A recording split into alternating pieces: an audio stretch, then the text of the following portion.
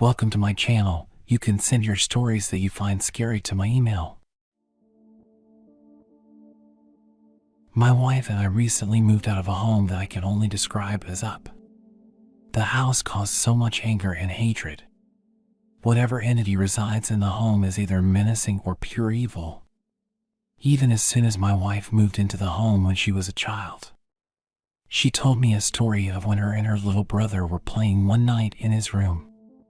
They were playing with a leapfrog-type device. She described in detail about how she was showing her brother how to use it, and it began to act strange. Strange sounds came out of it. And then a man's voice began screaming from it. She said it was saying something about a list, something about making mistakes. Screaming and cursing until she turned it off. They were playing with a leapfrog-type device. She described in detail about how she was showing her brother how to use it, and it began to act strange. Strange sounds came out of it. And then a man's voice began screaming from it. She said it was saying something about a list, something about making mistakes. Screaming and cursing until she turned it off. So let's fast forward some. I met my wife a few years ago, and needless to say, she got knocked up. We're condom kids. Anyway, we decided that since it was the logical thing to do, I would move in with her. Sweet, no problem. At the time I worked the night shift, 10 p.m. to 7 a.m. This will come up later. After a few weeks of moving in, I noticed something strange about the house. The upstairs where we lived seemed menacing in a way. Like someone was in the other room waiting for you. At first I brushed it off as just being nervous. New house, new life kind of thing. I also thought it was from the pretty much steady insomnia work was causing me.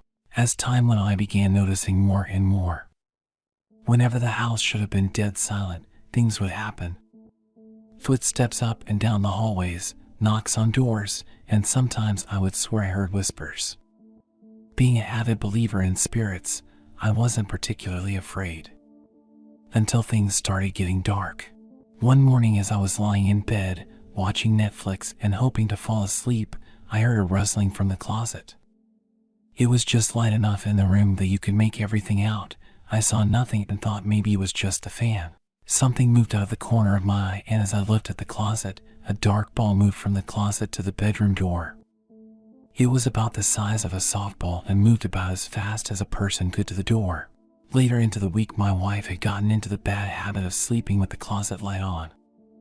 I blame myself for that one. Should have kept my mouth shut. So we're lying there talking about baby stuff, women, and I noticed the curtain that covered the closet opening move. My wife was curled into me facing my chest, and I was staring at the closet. As I kept watching, I saw what I can only describe as a tiny mist-like figure, not like white mist, but slightly darker than the rest of the background, move out from the closet. It was maybe 3 feet tall and vanished as quick as it appeared. As soon as I began telling my wife what had happened, she had a sharp pinch on her back. She didn't cry out or scream. She calmly turned around and shouted, "Get thee out and leave USD alone." Too bad it didn't work. Now, let's fast forward. You're probably wondering, what else happened? Well, small stuff here and there for a while. Footsteps were regular. And I know some of you are probably saying, "ITS, the house settling jackass." I would agree, but not only did the footsteps stretch out the entire length of the 20-foot hallway, they sometimes were fast. And the knocks on the doors were very rhythmic, like when you knock on a friend's door when they're home or something. So let's get to scary stuff. After this recent Christmas, things began to spark up to a new level. One day I was sitting on my computer and my wife came into the room asking me what I needed from the store. The computer room was directly across from the bathroom, our daughter's door was to the immediate left of that, and the stairs were to the right. I began telling my wife what I wanted when she looked out the door and turned, ghost white. Her eyes got big and her mouth dropped. She slowly turned toward me. I just saw a man walk into Elena's room. She begins describing what it looked like. It was about 6 feet tall, black and only slightly translucent. While she's describing this, I walk out into the hallway and go into my daughter's room. Have you ever walked into a freezer like the ones Walmart stocks ice cream in? That immediate chill is what I felt when I walked in there. There was nothing, of course, but as soon as we began walking out, a set of metal bed frames we had laying against the wall for over a year, I might add, slid down and fell to the floor. My wife turned back into the room and told whatever it was to get the out of our home. But it didn't, of course. Come January, things really picked up before we moved out. The power got knocked out during a sudden storm and we were left in the dark for a night. My wife at this point wanted nothing to do with the home at this point and wanted to stay at her dad's. So we began packing her things for the night. I went downstairs and got my daughter loaded up in the car, and as I started walking back in, my wife shot out of the door nearly in tears. I asked her what was wrong and she only said simply, "I don't want to talk. Close the door, let's go." The upstairs to the home is black even on the brightest day due to the layout. So when the power's off during overcast, you might as well be underground. My wife was in our room gathering her makeup and things with only a flashlight. As she was loading things into her bag, she heard someone walk from the stairs, down the hallway and right up against her back. She assumed it was me, but when she turned around she saw nothing but black. Not like darkness black. Imagine someone holding a black sheet in front of you. Something like that. Even on our moving out day, things were happening upstairs. It was the worst I've personally ever felt it. Just dread and sorrow. My wife once again had something walk up on her and heard knocks on the bedroom door while she was packing. We've gone back a few times to get a thing or two since we left in February. Every time it's terrifying walking up the stairs. But I feel as if I should end this on a high note. We moved into a brand new home and it is a completely different experience here. It has helped our relationship and has taken a huge burden off of us. I was 19 at the time and was at my local GameStop browsing through the old PS2 titles when I came across Silent Hill 2, one of the time scariest games for that console, so for nostalgia, I bought it. Now mind you, if I play a horror game or watch a horror movie, I want to set the mood to get my money's worth. Parents are out on date night and I have the house to myself. I wait till around 11:45-ish to start playing. Beforehand, I had set my phone to vibrate and face down on my bed, turned off all the lights, set the fan on to get my room chilly, and turned the volume up to play this manufactured and hell of a game. What made this game so shit your pants worthy wasn't a bunch of gimmicky jump scares, but the fact that for long periods of time, nothing would happen at all. So you're anticipating something to jump out at you because you're hearing weird disturbing noises you can't make out, foggy atmosphere, no weapons yet. Yeah, your imagination turns into the horror aspect of the game as the simplest of things begin to scare you. Finally, the game picks up and I'm over here shitting my room from dark corridors, monsters appearing from corners, rooms changing appearances after returning back to them, Pyramid Head raping other monsters as you hide in a closet, cause why not, right? Eventually I had enough, considering I never played a true horror game by myself to that magnitude, and had to just call it quits as I would triple consider to turn a corner. It's probably around 2 a.m. when I decide to get a drink of water before bed from the kitchen downstairs. Downstairs, everything is pitch black and silent.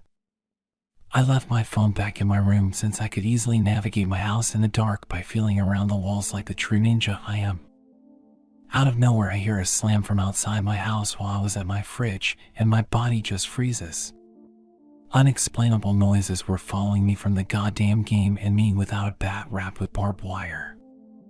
I then hear another slam seconds later, which jolts my body back to animation, and I bolt to my room again upstairs. As I'm about to reach my staircase, I see multiple shadows just outside my window, and I literally think tonight will be the death of me. I begin to go upstairs, dropping my water bottle, when all of a sudden the doorknob starts moving vigorously and I hear low whispers, making my heart turn to stone. I misstep, slip, and I come crashing back down the stairs in front of my door, which swings wide open, and I start screaming, covering my face. parents are back home, brought me back dessert from dinner. Haven't touched a horror game at night since. So 2 years ago, my parents bought a house in Vermont and were selling my childhood home to move to said house. I went to college very close by, and my friends wanted to hang out that weekend, so I decided to sleep in my creepily staged house with giant for sale sign and lawn. The rents were in VT, so I was home alone. I'd always been skittish and paranoid, and generally unable to sleep in that house by myself, but being the badass college student that I was, that night I hung out with my friends, got a little drunk, and went home to sink into blissful oblivion. 3 a.m. rolls around and I am powerfully jolted from deep slumber by my house's alarm system wailing at decibels not suited for human ears.